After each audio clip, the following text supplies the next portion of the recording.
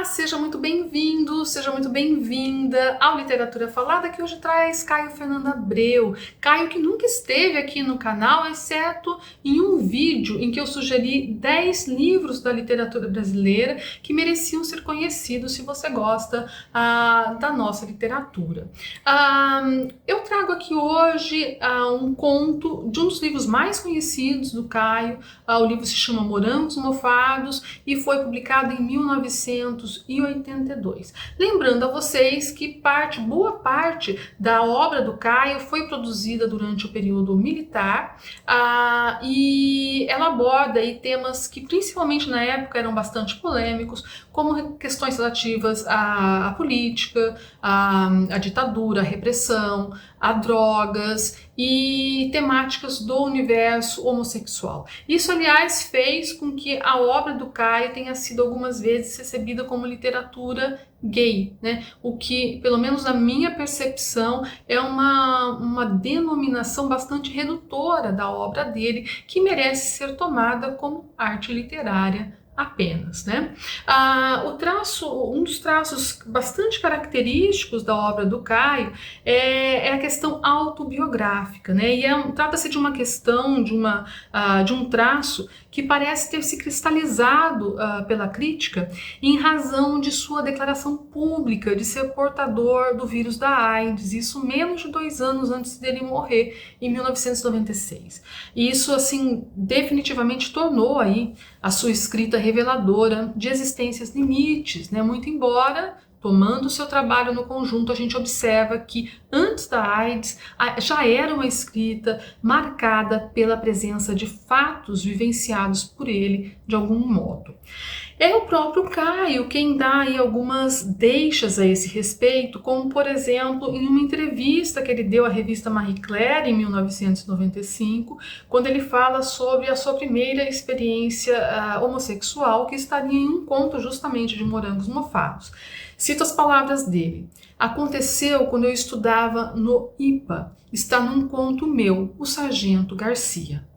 Do conjunto de sua obra, eu vou destacar aqui Morangos Mofados, como eu já disse, que é um dos maiores sucessos do escritor, lembrando a vocês que com a lei da anistia de 1979, lei que restabeleceu direitos políticos, dando assim um passo em direção à restauração da democracia constitucional no país, Morangos Mofados acabou desfrutando da liberdade, né, de maior liberdade, para abordar de maneira crítica a cultura brasileira sob o regime militar, que continuaria em vigência até a eleição indireta de Tancredo Neves em 1985.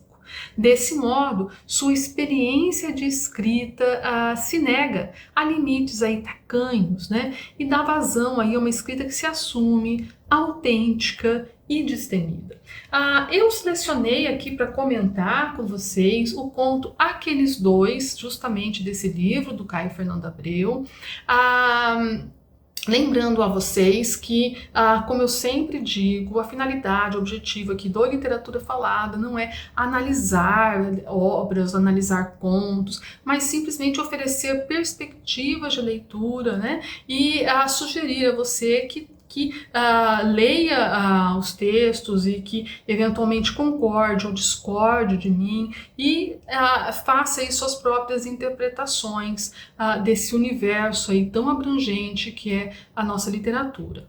Aqueles Dois é um conto diferente de muitos outros do Caio e também de Morangos Mofados, né? Então não há aí uma questão explícita no que diz respeito à abordagem de temas relacionados ao homossexual, ao universo homossexual. Aqueles Dois traz, por outro lado, a história de Raul e Saul, que são 2 rapazes heterossexuais, um deles é divorciado e o outro está saindo de um noivado desfeito, um é do norte do país, o outro é do sul, e eles se conhecem em uma repartição eles se conhecem no trabalho, eles são os dois contratados mais ou menos ao mesmo tempo, né, para trabalhar numa repartição e fazer aí um trabalho que a gente não sabe exatamente qual é, mas é um trabalho bastante burocrático, previsível, né, aquela coisa de dia a dia da repartição.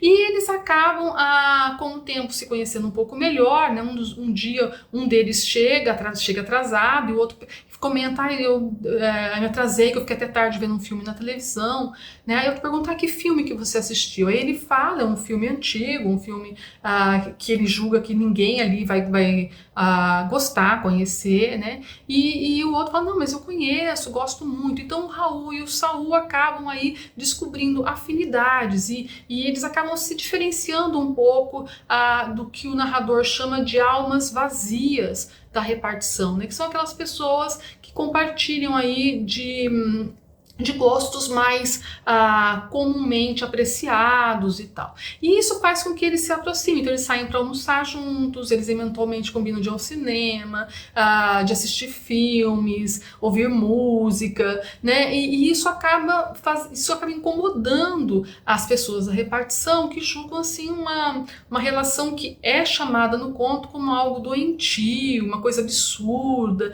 enfim. Isso não vou contar o final para não estragar aí para quem quiser ler o conto, né? Isso acaba fazendo com que tenham aí algumas cartas anônimas circulando na repartição e que pedem ao chefe que acabe com aquilo, que demita aqueles dois. Não sei se o conto você encontra em PDF na internet, é possível que sim, mas eu digo aqui que é muito interessante que é um filme que foi feito a partir do conto Aqueles Dois, né? Então o conto foi publicado em 82, o filme é de 85 e ele está disponível na íntegra no YouTube. Eu gostei bastante de assistir o filme, assisti há um tempo atrás, voltei a assistir esses dias antes de preparar esse vídeo. Eu acho que super vale a pena assistir. Ele tem em torno de 70 minutos, então não é propriamente um curta-metragem, mas é bem interessante, e mais interessante ainda é que ele foi produzido mais ou menos uns 3 anos depois da publicação do conto. Então a gente vê como que era, não só como que foi recriada a repartição, mas como que era, né, o estilo das pessoas, o próprio estilo de filmagem. Eu acho super interessante, né? Eu gosto dessas coisas, super vale a pena assistir. Lembrando ainda, né, que um filme, mesmo quando ele é muito bem feito, enfim, ele jamais substitui a leitura, porque o filme nada mais é do que uma interpretação, né, que o diretor faz do texto, que o roteirista faz do texto e que depois os atores vão fazer dos personagens, enfim. Mas é super interessante, super vale a pena ser visto.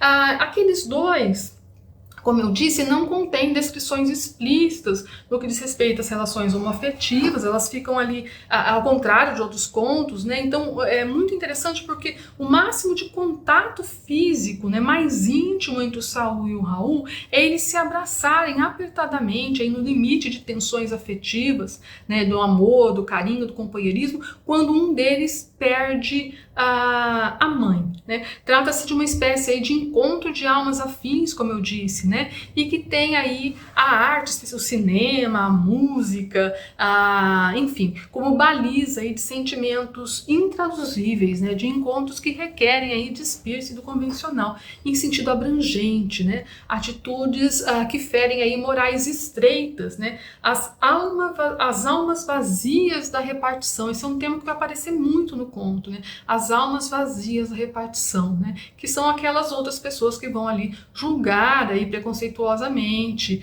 e a amizade entre eles, o relacionamento, enfim, entre eles, né? E que seriam aí uma espécie de espelho do próprio país, né?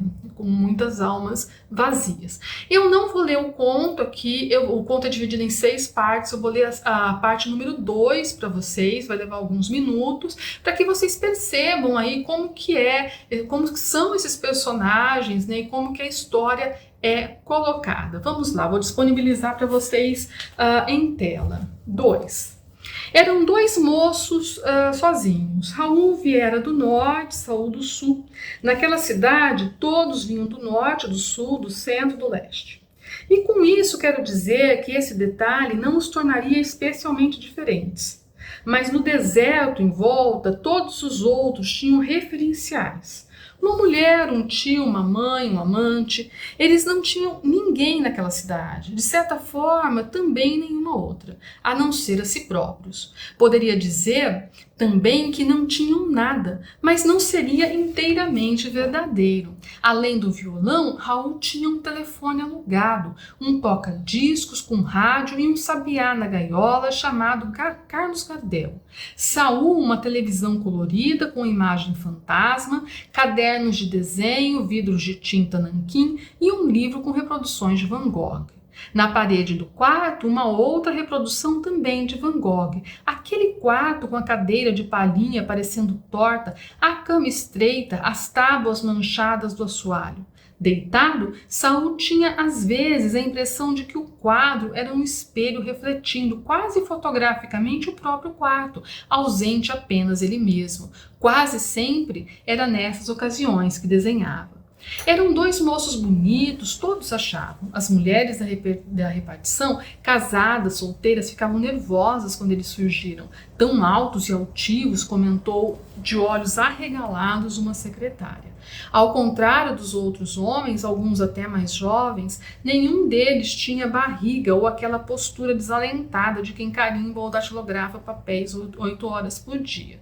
Moreno de barba forte azulando o rosto, Raul era um pouco mais definido, com sua voz de baixo profundo, tão adequada aos boleros amargos que gostava de cantar. Tinham a mesma altura, o mesmo porte, mas Saul parecia um pouco menor e mais frágil, talvez pelos cabelos claros, cheios de caracóis miúdos, olhos assustadiços, azul desmaiado.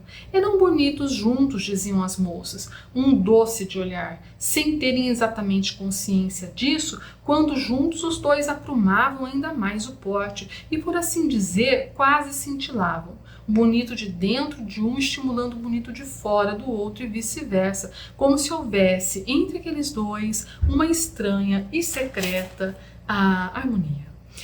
Bom, eu vou disponibilizar, enquanto eu faço alguns comentários, algumas imagens do filme, para que vocês tenham aí ideia, né, de como seria um ambiente que é retratado no conto. Aqueles dois demonstram aí a sutileza, né, do Caio ao construir a ambiguidade do relacionamento, da amizade aí dos dois protagonistas. Raul e Saul, eles se envolvem na medida em que se reconhecem solitários na cidade e na repartição, identificando aí na carência de afetos que o lugar, né, em um sentido amplo, lhes proporciona enquanto lugar inóspito. Complementam-se e reconhecem-se nos gostos artísticos e culturais, né? Alguns deles recém-descobertos ou trocados, né? Enfim, a aproximação que o leitor percebe antes ainda que os próprios rapazes envolvidos, incomoda, né, as pessoas, as almas desertas da repartição, que começam a fazer chacotas ofensivas, enviar cartas anônimas, que, como eu disse, aludem a uma, entre aspas, relação anormal e ostensiva, comportamento doentio, psicologia deformada, e que terminam aí por pedir que os rapazes sejam demitidos em nome da reputação da firma. Trata-se de uma história que aborda a temática da intolerância, né, a solidão, o vazio, a insatisfação e que revelam-se nesse caso no choque com a cidade grande.